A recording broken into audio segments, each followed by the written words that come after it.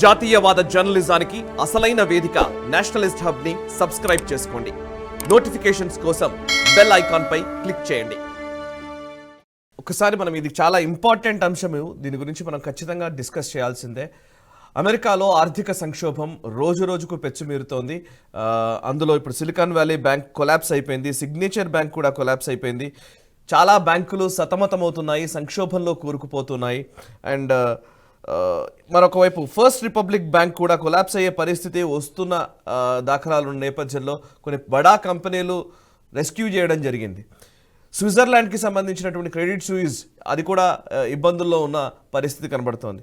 ఓవరాల్గా ఈ బ్యాంకుల సంక్షోభము, బ్యాంకులు కుప్పకూలిపోతున్న విధానాల గురించి, ఫస్ట్ అమెరికాలో జరుగుతున్న పరిణామాల గురించి ఒకసారి వివరిస్తారు. సిలికాన్ వ్యాలీ బ్యాంక్ గురించి చర్చించే ముందర మన దేశంలో ఒక కన్ఫ్యూజన్ వచ్చి పాపం ఒక చిన్న బ్యాంక్ బాగా గణనీయంగా దెబ్బతినింది. దాని పేరు SVC bank. Okay. Shamrao Vithal cooperative bank okay అని ఒక కంపెనీ ఉంటే ఇది 116 సంవత్సరాల పాత బ్యాంక్. ఇది ఒక కోఆపరేటివ్ బ్యాంక్, చిన్న బ్యాంక్. ఎస్విసిని వాళ్ళు ఎస్విబి అని కన్ఫ్యూజ్ అయ్యి ఈ కస్టమర్స్ అందరూ వెళ్ళి దీని మీద విత్డ్రాల్ చేయడం మొదలు పెట్టారు.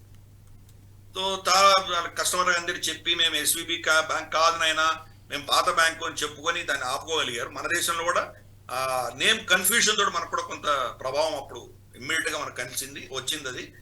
ఎనీవే ఆర్బీఐ దాన్ని సద్దుమణుగు చేసింది. సరే, ఇప్పుడు ఎస్విబికి వద్దాం.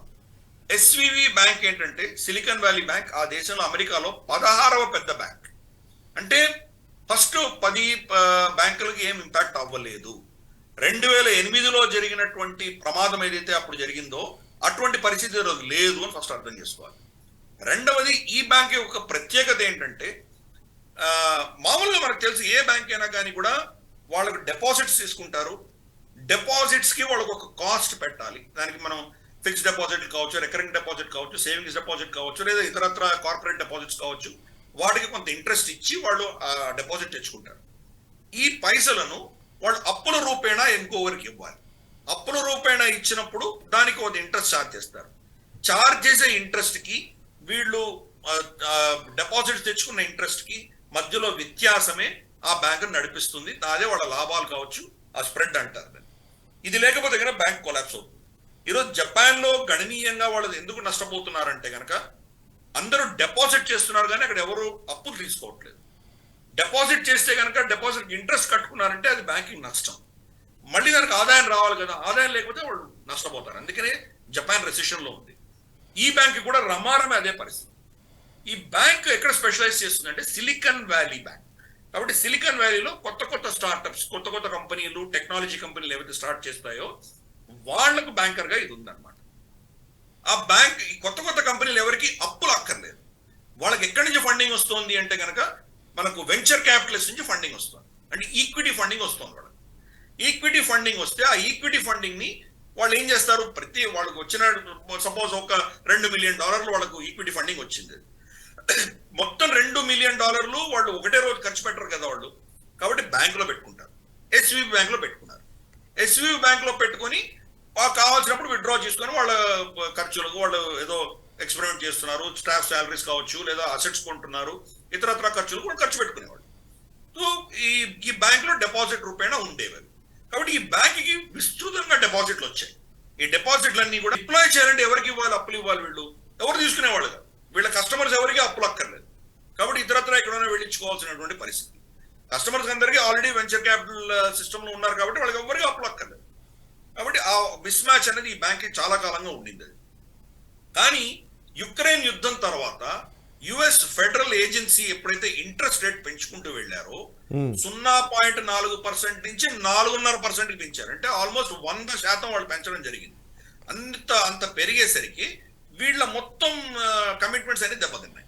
ఎందుకంటే వీళ్ళ డిపాజిట్స్ అన్ని ఎక్కువ ధరలో ఉండినాయి, వీళ్ళ డిప్లాయ్మెంట్ చాలా తక్కువ ధరలో ఉండింది.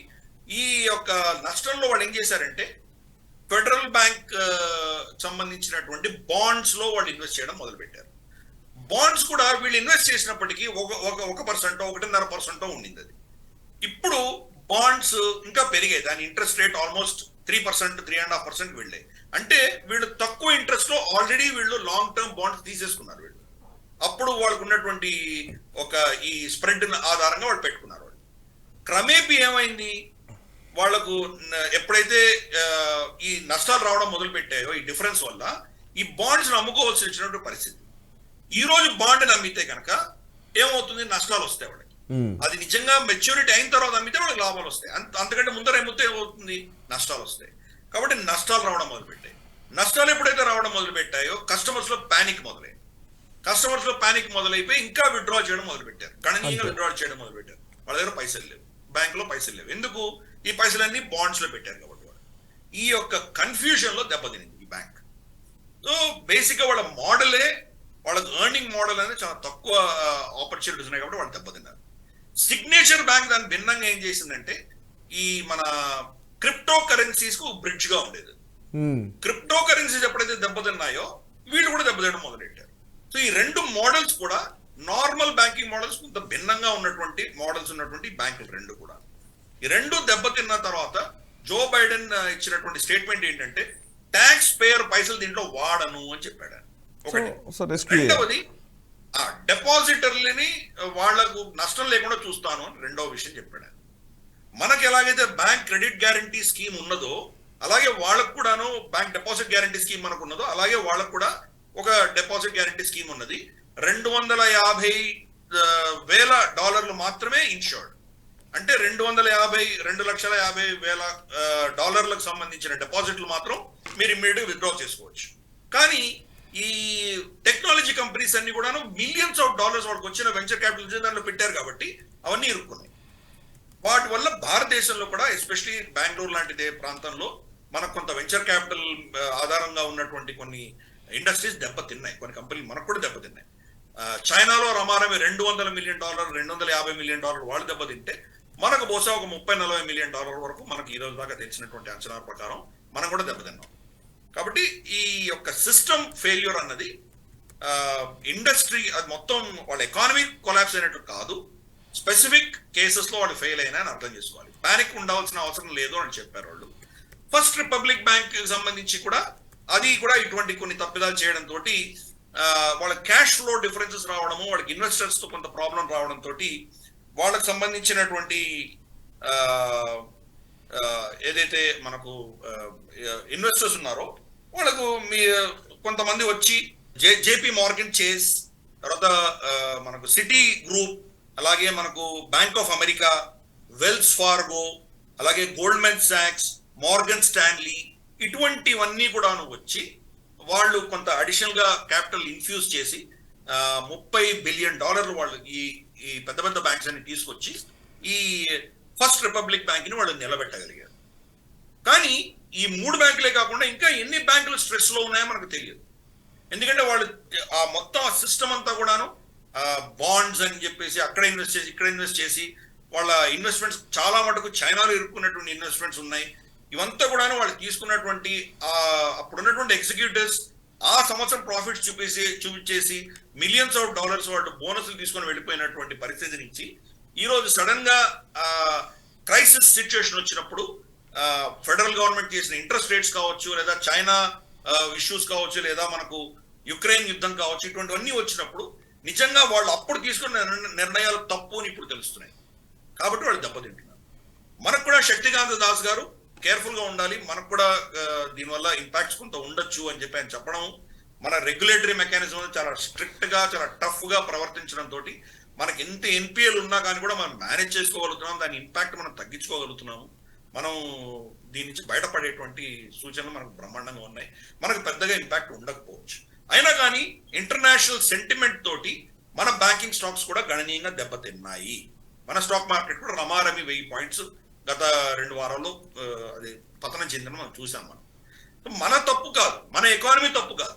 కొంతమంది మోదీ గారి మీద వాళ్ళకి అక్కసున్న వాళ్ళు మోదీ గారు చేయడం వల్ల ఇది కొలాప్స్ అయిందని చెప్పి ఆయన మీదే తిట్టడం అనేది మనం కొంతమంది చూసాం. మనం అది కాదు, ప్రభుత్వం చేసింది కాదు, ఇది ఇంటర్నేషనల్ రామిఫికేషన్స్ వల్ల సెంటిమెంట్ వల్ల ఇక్కడ కూడా కొంత దెబ్బతింది. యాక్చువల్లీ ఇప్పుడు చర్చ కూడా నడుస్తుంది. రఘురామ్ రాజన్ గారు భారతదేశంలో చిన్న సమస్య వచ్చినా కానీ ఆర్థిక సంక్షోభము అది ఇది అని రెగ్యులర్గా మాట్లాడుతూ ఉంటారు.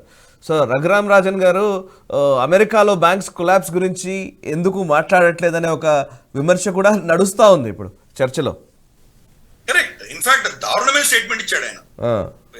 Indian GDP is close to Hindu rate of growth అని స్టేట్మెంట్ ఇచ్చాడు ఆయన. Correct correct correct. అలా దౌర్భాగ్యమైన స్టేట్మెంట్ అది. హిందూ రేట్ ఆఫ్ గ్రోత్ అని చెప్పి అప్పుడు ఉన్నటువంటి నెహ్రూ ప్రభుత్వంలో ఉన్నటువంటి గ్రోత్ రేట్ ని వాళ్ళు పేరు పెట్టారు.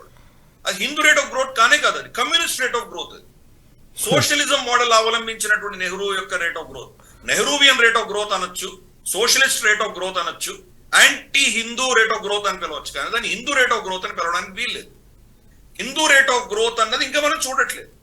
ఈ ప్రభుత్వంలో కూడా ఇంకా చాలా మార్పులు రావాలి. మనం ఎకనామిక్ గా చూస్తే కనుక మనకు ఫ్రీ బీస్ అన్నది ఏదైతే ఉన్నదో, అందరికీ ఉచితాలు ఏవైతే ఉంటాయో అవి తగ్గించాలి. కాబట్టి ఆ హిందూ రేట్ ఆఫ్ గ్రోత్ ఆచార్య చాణక్యుడు చెప్పినటువంటి పద్ధతిలో అర్థశాస్త్రంలో ఉన్నటువంటి ఫిలాసఫీ మనకన్నా పాటించామంటే హిందూ రేట్ ఆఫ్ గ్రోత్ వేరేలాగా ఉంటుంది. హిందూ రేట్ ఆఫ్ గ్రోత్ యొక్క నిదర్శనం ఏంటి అంటే యాంగస్ మ్యాడిసన్ రిపోర్ట్ చూడొచ్చు. 16వ శతాబ్దం వరకు భారతదేశం ప్రపంచంలోనే నంబర్ 1 ఎకానమీగా ఉంది. అది హిందూ రేట్. నిజంగా మొఘలు వచ్చి దానిని నాశనం చేయక ముందర మనమే నంబర్ 1. వాళ్ళు వచ్చి నాశనం చేసినా మనం రమారమి 20 నుంచి 25% మనం ఉండేవాళ్ళం. బ్రిటన్ వచ్చిన తర్వాత 1% కుదేలయ్యాం.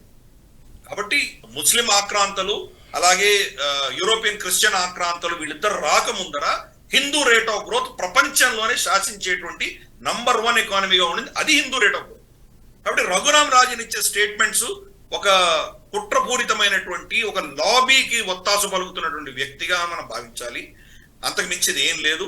ఈ రోజు అమెరికాలో కొలాప్స్ అవుతున్న వాటికి ఆయన నోరు మెదలపట్లేదు, ఆయనకు సమాధానం లేదు. భారతదేశంలో మాత్రం ఏదో నాశనం అయిపోయిందని చెప్పేటువంటి సూచనలు మనకు తెలుసు. మనం ఎవరికి ఈయన ఒత్తాసు పలుకుతున్నాడో మనకు తెలుసు. భారత్ జోడో యాత్రలో వెళ్ళిన విషయం మనకు తెలుసు. అలాగే చైనాకి సపోర్ట్ చేస్తూ ఈయన ఇచ్చినటువంటి స్టేట్మెంట్స్ ఉన్నాయి. సరే, ఎనీవే వాళ్ళు మాట్లాడతారు కానీ ఆయనకు నిజంగా క్రెడిబిలిటీ లేదు అన్న విషయం మన శ్రోతలు అర్థం చేసుకుంటే చాలు.